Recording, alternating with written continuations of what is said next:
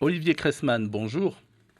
Bonjour Ibrahim, bonjour à toute la Polynésie. Alors, le pays a présenté avant-hier son plan de relance CAP 2025 pour tenter de faire repartir la machine économique à travers notamment des dispositifs supplémentaires dédiés aux TPE, les très petites entreprises. Est-ce que les nouvelles mesures que contient ce plan vous ont convaincu ? Écoutez, quand on vous a un plan de relance, il a toujours deux lectures, une lecture positive et des réserves. Alors, ce plan positif, c'est un plan de relance qu'on attendait avec impatience depuis nos dernières rencontres avec le président et le vice-président le 18 mai. Ce sont 216 mesures clés qui sont proposées. Certains parleront d'une liste à l'après-vert. Nous, on préférera dire que c'est un plan qui a le mérite d'exister et de recenser et requalifier pas mal de pistes pour un bon rebond économique. On constate bien sûr avec satisfaction qu'il y a même des idées du MEDEF qui ont été reprises dans l'emploi-formation avec le module d'apprentissage Mon Plan A et le premier emploi. C'est quand même bien, même si ce sont pour nous encore des pistes en cours de réflexion dans nos commissions. Et puis enfin, entendre le président du pays exhorter les troupes à être plus de réactivité, plus de productivité, mais c'est très bien. Bon, je pense que sur ce plan-là, il faudrait peut-être aussi que le président prenne des décisions plus fortes sur les process de contrôle des dépenses qui visiblement sont pas forcément encore à l'ordre du jour, ne sont plus d'ordre du jour, je dirais aujourd'hui, dans nos process qui existent. Et puis Alors, le digital ne fera pas tout. Maintenant, d'accord, il y a des réserves. Il y a quand il y a même une des aspects réserve. là-dessus. C'est-à-dire, Un qu'est-ce peu que dans le vous auriez sens. aimé voir figurer dans ce plan ? C'est pas tant ce qu'on aurait aimé voir. Alors, je vais vous dire, si on doit répondre à cette question, ce qu'on aurait aimé voir, c'est d'être au courant, pour commencer, d'être associé à la réflexion de ce plan. Ça, c'est un peu étonnant dans la méthode. Et surtout quand on y trouve des idées du MEDEF sur lesquelles le ministère du Travail ne nous a pas particulièrement approchés pour en discuter plus précisément, alors que nous avions depuis le mois de juillet diffusé à tous les ministères et auprès de la présidence l'ensemble des points sur lesquels nos 4 commissions travaillaient. Donc là, c'est clair que s'il y a quelque chose qui nous manque, c'est le fait de comprendre précisément de quoi on parle, parce que parler d'un plan de relance à 2025 sans y avoir été associé dans la réflexion et la construction, en tirant la quintessence de l'expérience post-Covid en socio-économique, c'est quand même un peu dommage. Ce qui fait que ça conduit un plan de relance aussi qui, sur le plan financier, s'appuie quand même largement sur 119 milliards de financement par l'État.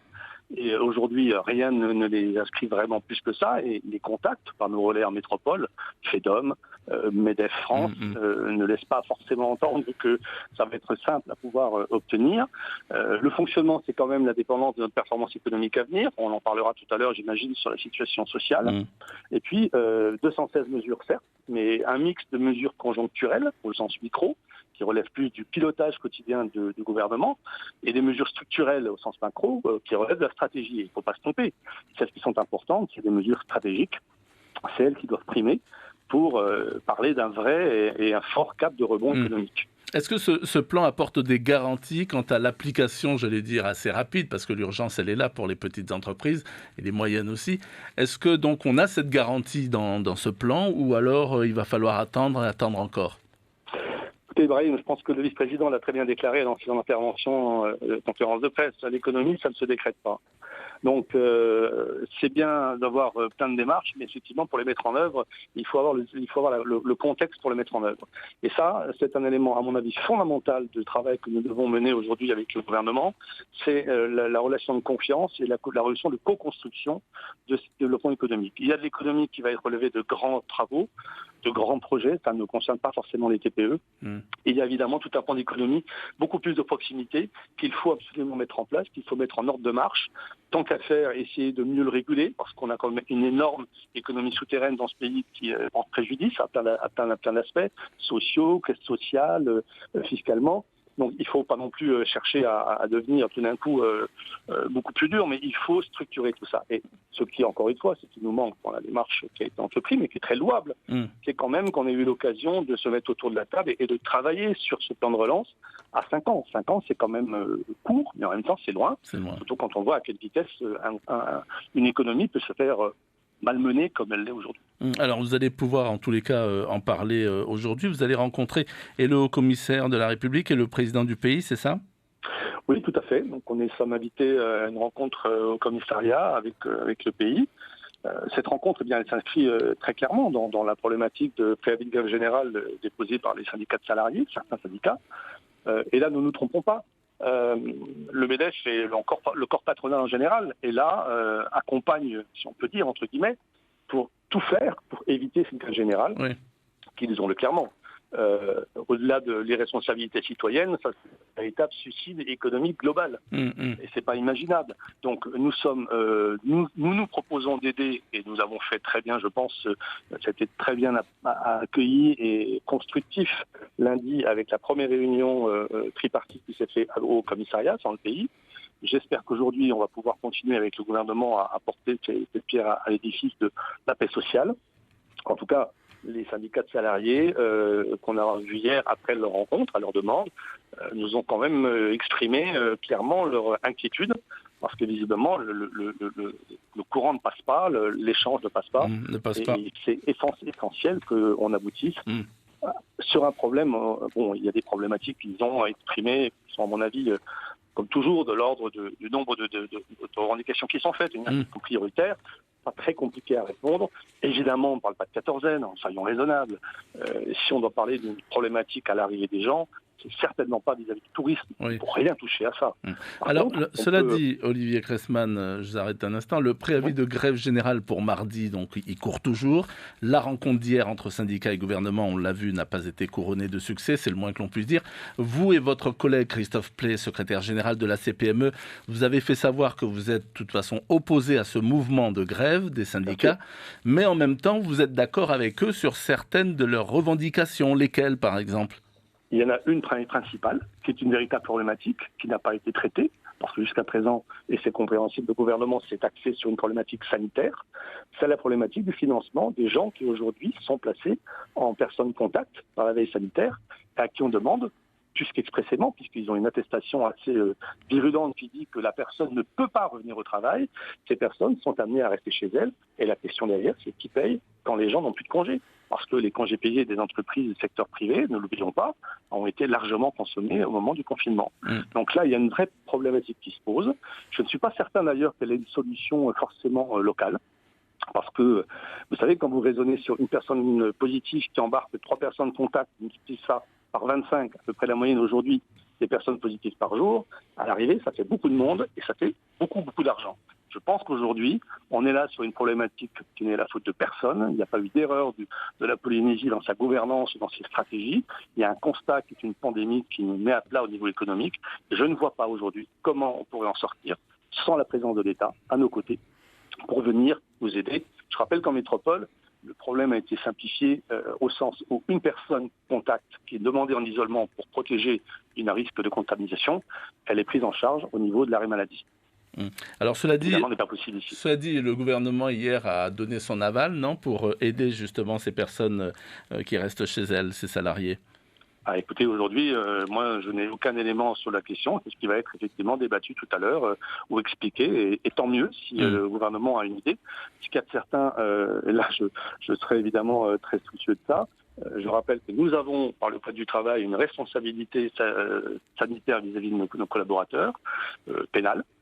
Donc il est évident qu'on ne peut pas endosser la responsabilité d'une décision veille sanitaire au titre économique d'une part, ou prendre des risques d'autre part, les mesurer. Il faut que tout ça soit réuni autour de la table. Je ne sais pas quelle proposition le gouvernement peut faire. Si c'est la caisse sociale est déjà assez mal en point comme ça. En tout cas, ça n'a pas été prévu dans ses prévisions budgétaires.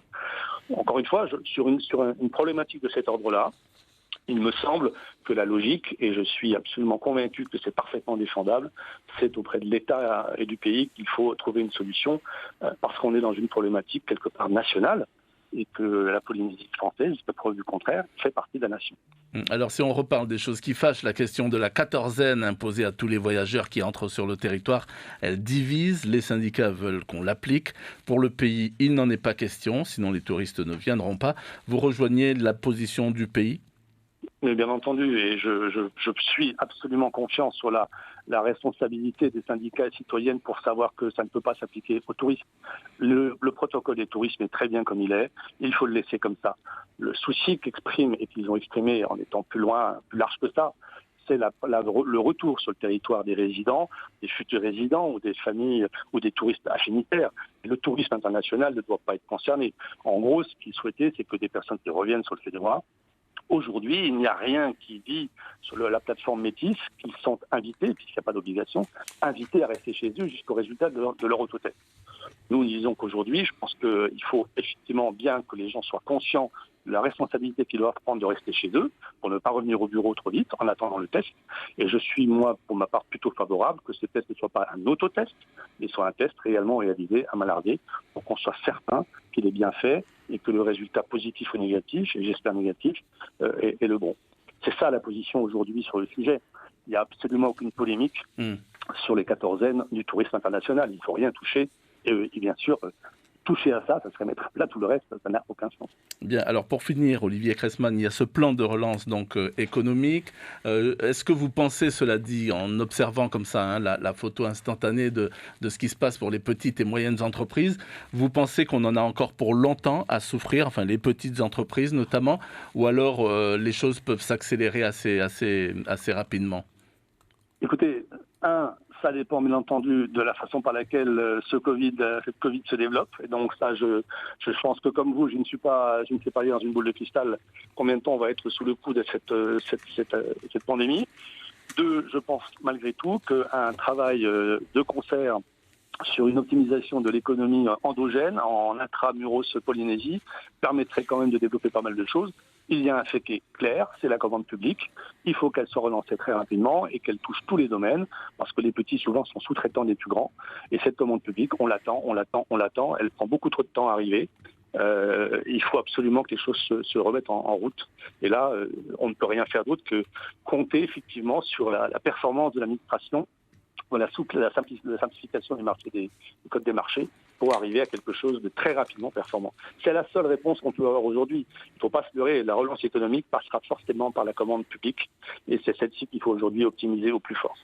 Merci beaucoup Olivier Cressman d'avoir accepté donc de répondre à nos questions. Je rappelle que vous êtes le premier vice-président du MEDEF et que vous rencontrez donc le président du pays ainsi que le représentant de l'État tout à l'heure et que vous insisterez notamment sur, vous l'avez dit, la commande publique donc qui des fois tarde un peu à être appliquée pour les petites et moyennes entreprises. Sinon, on aura également relevé que vous auriez aimé être associé à la rédaction de ce fameux plan de relance présenté par le pays. Voilà, bonne matinée. Au revoir.